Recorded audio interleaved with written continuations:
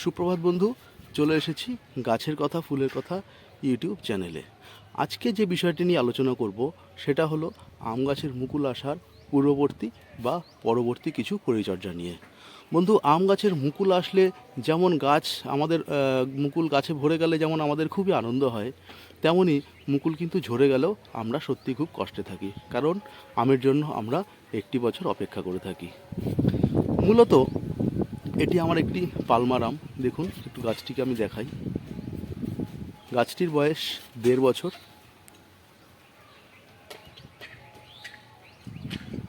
দেখুন, গুটিতে মুকুলে ভরে উঠেছে।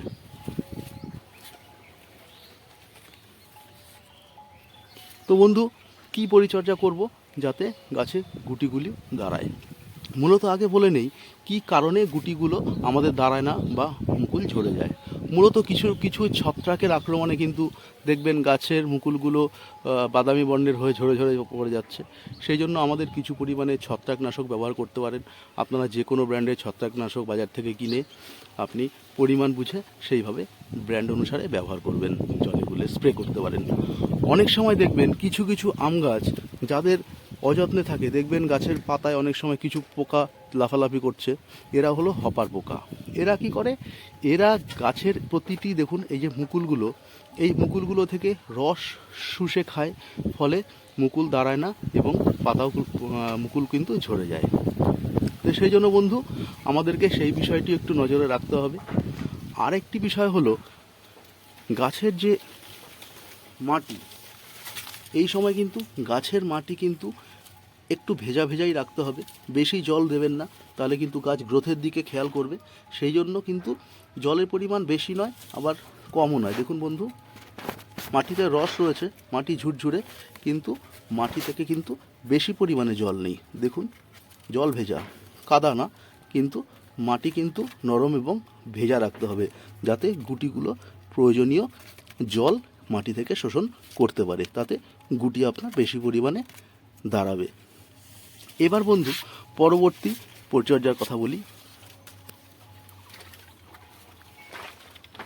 আপনাদেরকে কিছু পরিমাণে স্প্রে করতে হবে। ধরুন যখন গুটি আসছে সেই সময় আপনারা কিছু পরিমাণে মিরাকোলান জাতীয় মাইক্রোনিউট্রিয়েন্ট বা ভিটামিন জাতীয় কিছু খাবার প্রয়োগ করতে পারেন।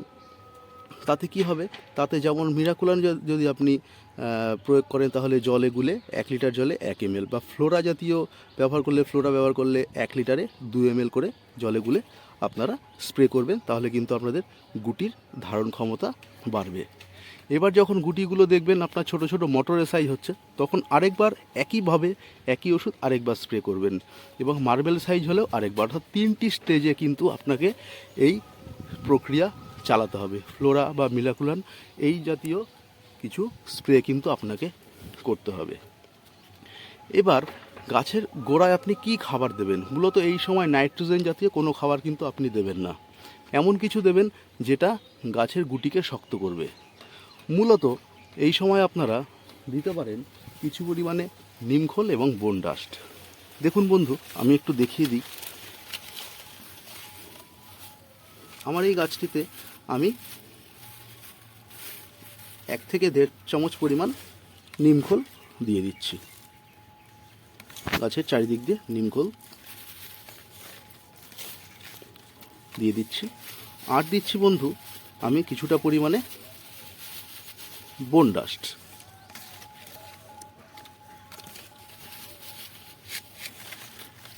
কিছু পরিমাণে বোন ডাস্ট দিয়ে দিচ্ছি। এবার বন্ধু আমি কি করব, মাটিটি ভালো করে এইভাবে মাটির সাথে সারটিকে মিশিয়ে দেব। তাহলে কি হবে বন্ধু, মাটির সাথে মিশে গেলে খাবার শোষণ করার ক্ষমতা গাছটির বেড়ে যাবে। দেখুন বন্ধু, মাটির সাথে আমি সুন্দর করে মিশিয়ে দিয়েছি। এবার আমি দুটো জিনিস প্রয়োগ করব। সেটা হলো কিছুটা পরিমাণে, এবার বন্ধু আমি কিছুটা পরিমাণে কলার খোসা ভেজানো জল এবং পেঁয়াজ খোসা ভেজানো জল ব্যবহার করব। মূলত আমি যেহেতু জৈব সারটাই বেশি ব্যবহার করি, সেই জন্য আমি পটাশ বা ডিএপির দিকে না গিয়ে আমি পটাশের ঘাটতি মেটাচ্ছি এই কলার খোসা ভেজানো জল দিয়ে এবং পেঁয়াজের খোসা ভেজানো জল, যাতে প্রচুর পরিমাণে সালফার রয়েছে। মূলত বন্ধু দেখুন, এটি কলার খোসা ভেজানো জল, এতে প্রচুর পরিমাণে পটাশ থাকায় গাছের গুটির ধারণ ক্ষমতা বাড়াবে, গুটি চট করে ঝরবে না।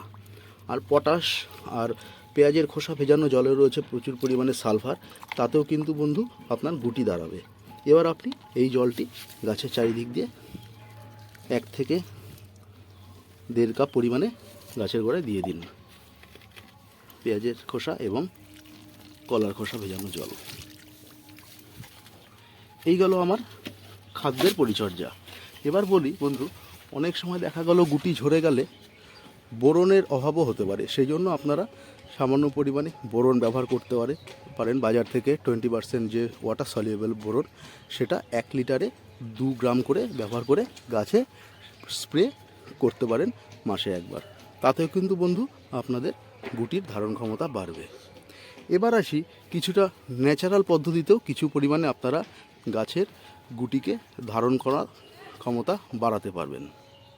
দেখবেন অনেক সময় আপনারা খেয়াল করে দেখবেন, এই সময় যদি গাছে বৃষ্টি হয়, যদি বৃষ্টির জল পায়, তাহলে দেখবেন মুকুল অনেক সময় দাঁড়িয়ে যায়। অর্থাৎ এই সময় টেম্পারেচারটা এমন থাকে যে 9টার পর থেকে টেম্পারেচার বেড়ে যায়, তখন কিন্তু অতিরিক্ত রোদে গুটিগুলো ঝরে যাওয়ার প্রবণতা হয়। সেই জন্য দেখবেন আপনাকে কী করতে হবে, আপনি 9টার পর একবার সকাল 9টা থেকে 10টার মধ্যে একবার একটু সামান্য পরিমাণে জল স্প্রে করে দেবেন এবং সন্ধ্যের ঠিক আগে আগে আর কিছুটা জল একবার স্প্রে করে দিলে কিন্তু আপনার গুটিগুলো দাঁড়িয়ে যাবে। বৃষ্টি যদি চলে আসে তাহলে অতি ভালো, যদি না আসে আপনাকে এই প্রসেস চালাতে হবে। বন্ধু, এই প্রসেসে করুন, আপনারাও কিন্তু আপনার আম গাছ থেকে প্রচুর পরিমাণে ফলন পাবেন, আপনার আম গাছও ভরে উঠবে।